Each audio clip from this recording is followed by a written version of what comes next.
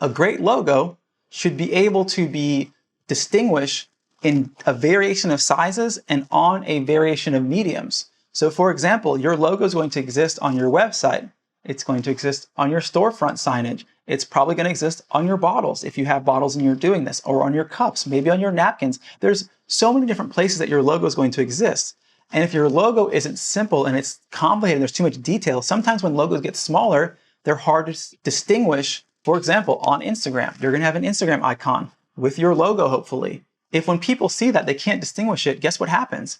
Customers don't remember it, and it becomes too much of an effort.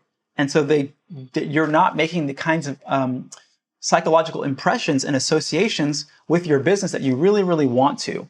So overall, if I was to distill this conversation, the biggest mistake that I see people make when it comes to designing their logos is they're far too complicated. They want the logo to do too many things, as opposed to understanding what a logo is really, really meant to do, which is to hold a symbolic real estate in the mind of the consumer that you can keep in making impressions through your bottles and everywhere else that they're going to see your logo that they associate with your business. So simplicity is key.